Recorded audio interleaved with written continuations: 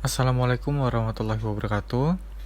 Halo semuanya, perkenalkan nama saya Agung Rizkila, NPM 17755001, Program Studi Akuntansi Perpajakan, mata kuliah Praktikum Akuntansi Keuangan Lanjutan dari Politeknik Negeri Lampung.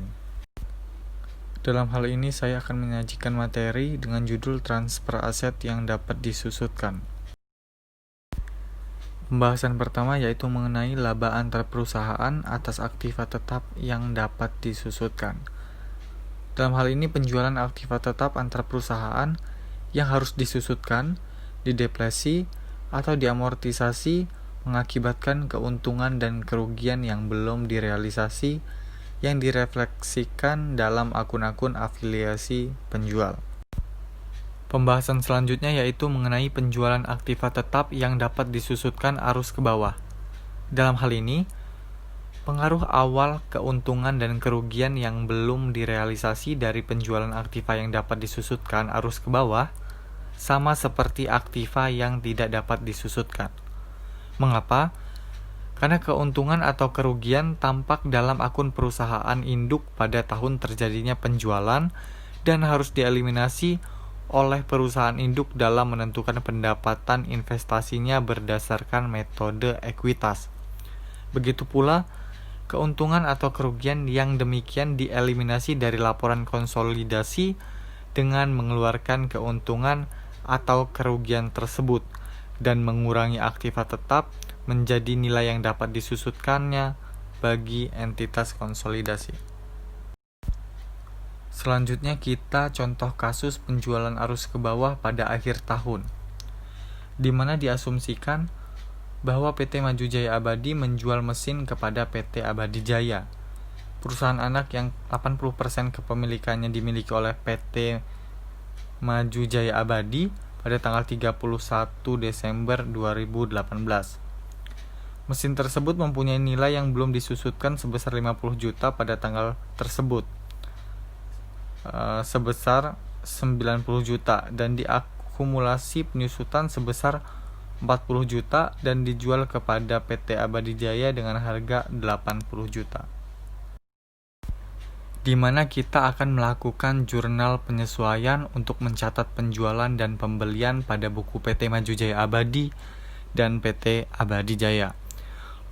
Pertama kita akan mencatat pada buku PT Maju Jaya Abadi di mana kas di sebelah debit dengan jumlah 80 juta, akumulasi penyusutan di debit dengan jumlah 40 juta, dan mesin sebesar 90 juta di kredit, dan keuntungan penjualan mesin sebesar 30 juta di sebelah kredit. Selanjutnya kita akan menulis pembukuan PT Abadi Jaya di mana mesin di debit sebesar 80 juta dan kas di kredit sebesar 80 juta.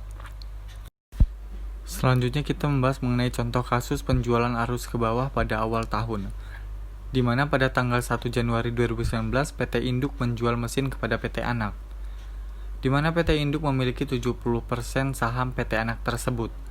Mesin yang dijual memiliki nilai yang belum disusutkan sebesar 40 juta pada tanggal tersebut. Harga perolehannya 120 juta dan akumulasi penyusutannya sebesar 80 juta. PT Anak membeli mesin tersebut seharga 100 juta. Mesin mempunyai sisa umur manfaat 5 tahun dan diperkirakan tidak memiliki nilai sisa pada tanggal 31 Desember 2023. Metode yang digunakan adalah metode garis lurus. Di sini kita diminta untuk menyelesaikan jurnal penyesuaian. Kemudian kita diminta untuk melakukan penyelesaian terhadap jurnal penyesuaian untuk mencatat penjualan dan pembelian pada buku PT Induk dan PT Anak. Yang pertama kita akan mencatat pembelian dari PT Induk di mana kas di debit 100 juta, akumulasi penyusutan di debit 80 juta, kemudian mesin di kredit 120 juta dan ada keuntungan atas penjualan mesin di kredit sebesar 60 juta. Sedangkan untuk PT Anak, mesin di debit 100 juta dan di kas sebelah kredit berjumlah 100 juta. Kemudian kita akan membuat jurnal eliminasi pengaruh penjualan antar perusahaan dari investasi, di mana pendapatan dari PT Anak pada investasi PT Anak senilai 60 juta.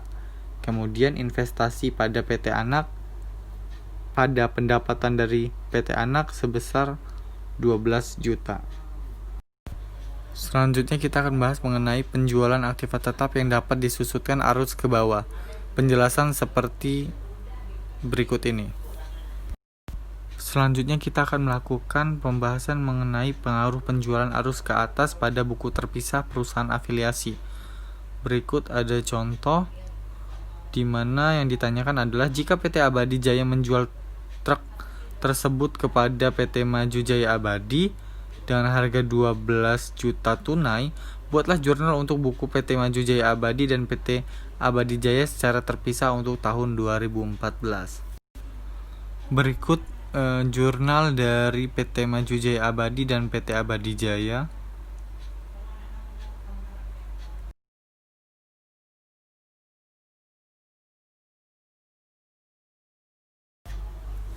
Kesimpulan yang didapat adalah laba atau rugi yang belum direalisasi atas aktiva tetap mempengaruhi laporan keuangan sampai aktiva yang bersangkutan dijual kepada pihak di luar entitas yang dikonsolidasikan atau digunakan sampai akhir masa manfaatnya oleh afiliasi pembeli.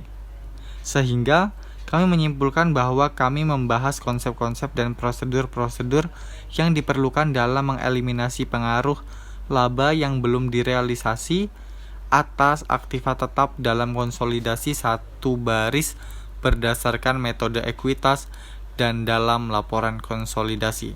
Terima kasih. Demikian materi yang dapat saya sampaikan, kurang lebihnya mohon maaf. Saya ucapkan terima kasih.